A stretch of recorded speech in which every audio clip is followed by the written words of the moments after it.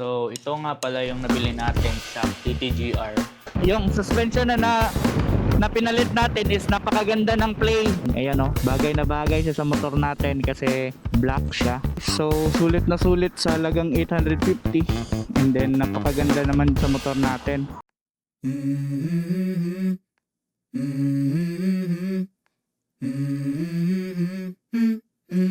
Let's go. I wake up to a little bit of drool on my pillow, feel like it's gonna be a bad day. Yeah, I'm tired of shit, and the coffee ain't hit yet, damn ain't that great. So, what's up sa inyo guys, no? Dito tayo ngayon sa MAA. Ang update ko lang kayo regarding sa kasi last time nga nasiraan tayo sa rides natin at nasira yun natin yung bushing natin. Isa na ilain sa kung ano.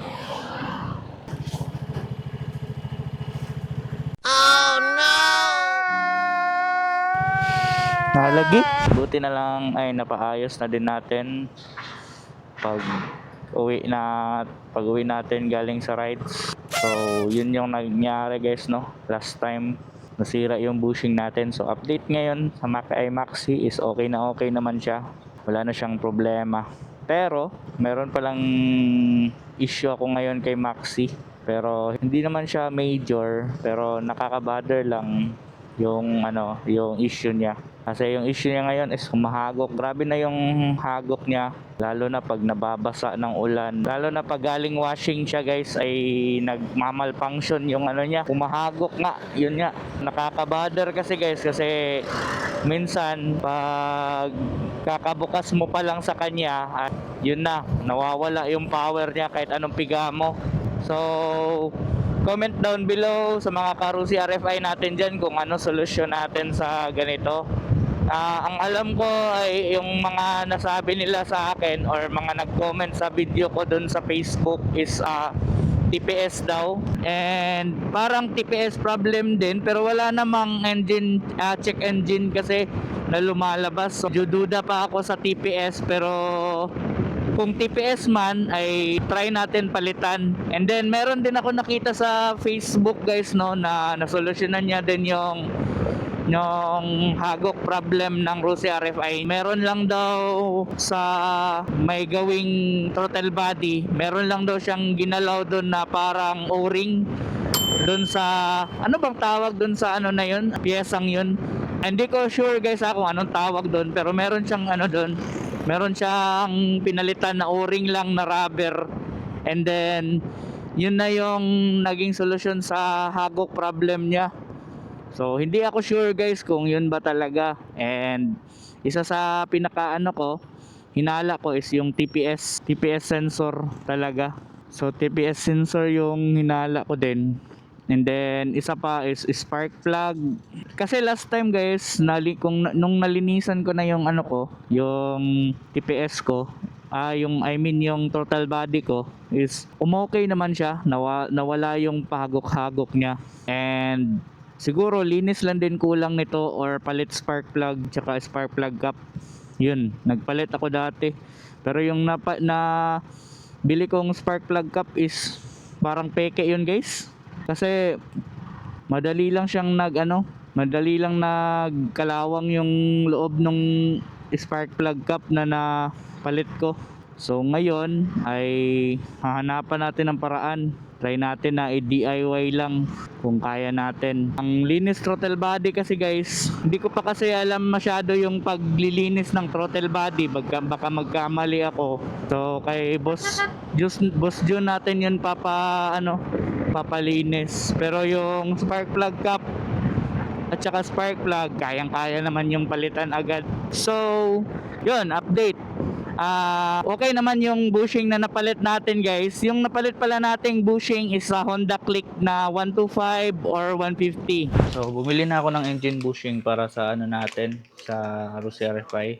Ang sa kanyang engine bushing guys is yung sa Honda Click 150 or 125. Basta sa Honda Click na 150 or 125 pwede siya gamitin. And then last time guys mayroon din tayong nabiling shock ng motor sa TikTok shop. Kasi yung stock na kasi isa sa duda ko kaya nasira yung ano natin, yung bushing natin is yung dahil dun sa stock natin na shock. And sobrang ano na siya, sobrang tigas ng shock na yon. Hindi ko talaga type kaya nga dati pinalitan ko siya ng Öhlins na suspension kasi sobrang tigas ng shock na yon. Kaso lang yung all-in suspension na bili natin dati is pumutok na. So nasira na siya. Kaya ngayon need na natin na palitan siya. So ang pinalit natin is yung tag 850 lang na shock. So ito yung unboxing guys, papakita ko sa inyo. Ngayong araw guys is meron tayong dumating na item. Yan. I-unbox lang natin tong ating nabiling shock ng motor. Testing natin to guys kung okay ba tong shock na nabili ko. At ilalagay natin to sa ating Rusi RFI 175, no? So, yun. Unbox muna natin to, guys. Okay. So, ito na siya, guys, no? So, yan. Tingnan natin ang loob. Ooh. Ooh. Ooh. So, ito nga palang shock na ito guys is nabili ko lang siya sa halagang 850 guys. So, ito siya. Sa TikTok ko siya nabili. So, yan. So, 850 lang siya guys and parang maangas din naman yung build. Mabigat. So, yun. So, TTGR siya na shock and yan. Ito yung magandang shock na nabili natin. Ang ganda. Ang pala nito guys is 310mm. So tamang-tama guys dahil 310mm yung natin, yung shock natin. Ayan. So maganda yung build quality niya.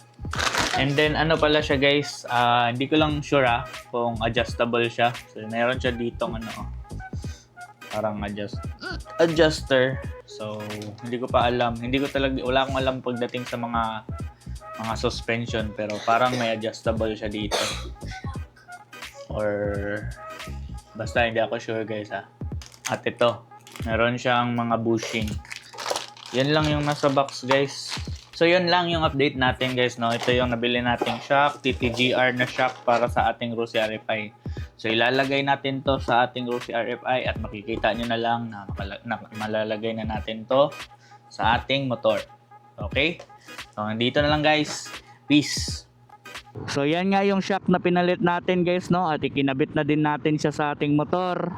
At ipapakita ko sa inyo ngayon kung ano itsura niya sa motor natin. So far guys, no, itong bushing na napalit natin is functional naman. Bumalik na sa normal yung motor natin and then yung shock na yung suspension na pinalit natin is napakaganda ng play. Sulit siya sa 850 guys. So, kung halimbawa gusto nyo tong suspension na nabili ko guys, ilalagay ko yung link sa description para direct na kayo dun sa binilhan ko. Kasi sobrang legit siya guys. Ganda ng play at hindi ka magsisisi sa pagbili mo. 850 lang naman guys. At maganda na quality. And then malaki din yung shock niya at saka maganda yung play. Kasi kaya na-mention ko sa inyo tong suspension na nabili ko. Kasi yung stock talaga ng Rusi RFI sobrang tigas. And then, syempre, kung matigas ang shock, aapektuhan yung mga other na nagsusupport sa sa engine kagaya ng bushing natin. So, bumigay talaga siya. Pero ang talaga guys, pag once na yung motor mo is wiggly na or medyo nagwa-wiggle na, kailangan mo talaga siyang palitan kasi lalo na pag dito kayang mga puti na yan, pag nagwi-wiggle ka diyan is kailangan mo nang palitan yung yung mga bushing mo. Kagaya natin ngayon guys, medyo wiggly siya So, ang duda ko na dapat palitan natin ito is yung napakalaking bushing na nagsusupport din sa engine niya. Yung dalawang bushing na pinalitan natin dati. At ito yung video na nasa taas. Yan. So, yan yung papalitan kasi medyo matagal na din simula nung napalitan natin siya. And then, syempre, part din yan ng maintenance ng motor, yung bushing na yon.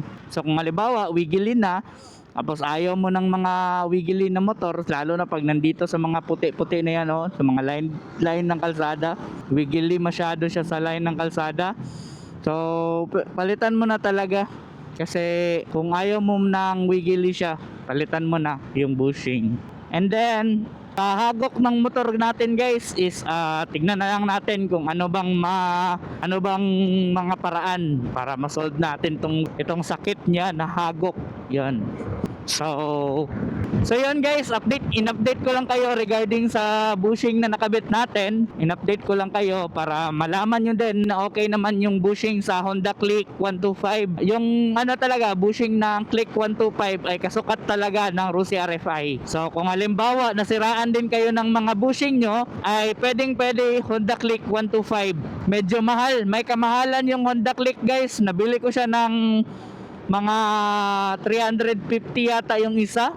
So medyo may kamahalan pero original naman. Di ka naman magsisisi ko kasi original. So kung magpapalit ka na lang din, lalo na ang engine bushing mo, palitan mo na ng magandang klase, yung original talaga. Kasi kung bibili ka na lang ng pipitsugin, yung peke-peke lang, ganun din, gagastos ka rin. So mas mabuti na yung isang gastusan na lang para kung nasira, matagal. Kasi original siya genuine yun. Sa ko binili talaga, sa Honda ko talaga binili. So yun, update lang. So sa mga nagpo-problema din ng bushing nila, so sana makatulong to sa inyo. At kung halimbawa nakatulong tong video to guys is pwede po bang makahingi ng isang like at saka subscribe at saka mag-comment na din kayo kung ano pang mga question nyo regarding sa motor natin. I-comment nyo lang dyan at sure ako sasagutin ko naman yan guys. So lagi naman ako nagre-reply sa mga comment ng mga viewers natin, no? So ipakita ko lang sa inyo yung guys, suspension na nabili natin. Yan siya guys. So yan siya guys. Ang brand niya guys is TTGR na suspension. Ayan bagay na bagay siya sa motor natin kasi black siya. Yan, and then sobrang sobrang smooth ng play niya. So yan yun guys. So nabili ko lang yan sa halagang 850 guys. So sulit na sulit sa halagang 850. And then napakaganda naman sa motor natin. So wala nga lang siyang baso guys. Pero kung sa play lang naman ay okay na okay yung play niya. Napaka-smooth yan Yan, napaka-smooth. Tapos kung halimbawa medyo rough road yung damang-dama yung play pag nasa rough road talaga. Isa pa sa nagustuhan ko dyan is napakalaki niya at tamang-tama siya sa size ng motor natin, 310mm. Kasi yung stock ng Rusi RFI guys is 310mm yung shock niya. So tamang-tama siya kasi 310mm. Dati kasi guys nung nagpalit ako ng all-in suspension is 330mm. So mataas siya. So hindi siya, kumbaga kung nagse-center stand ka ay yung gulong mo is sumasayad na talaga siya sa floor. So yun yung suspension natin. Napakasulit, 850. Nasa link, ilalagay ko lang yung description sa link guys para direct na kayo kung halimbawa gusto nyong mag-order. Yan lang, ilalagay ko lang siya sa link. Okay? So siguro dito ko na lang tatapusin yung vlog natin guys, no? Sana ay nakatulong itong video ito. At kung nakatulong nga ay huwag mong kalimutan na mag-like, share at saka i-subscribe mo na din yung channel natin. So yun na lang guys, no? Hanggang dito na lang guys, no? Salamat sa panonood. Mods Nadal signing out. Peace and peace out. Let's go. Ibang level ang sigaw. Hindi lang views, hindi lang likes, kundi memories na hindi na maibabalik. Kung mapagod man, sandali lang pahinga. Silip sa horizon, laban ulit agad. Dahil ang tunay na rider, hindi sumusuko. Kahit long ride pa yan sa dulo ng mundo. Gas at tangke, pangarap sa dibdib. Kahit saan mapapad, basta ride. Solid.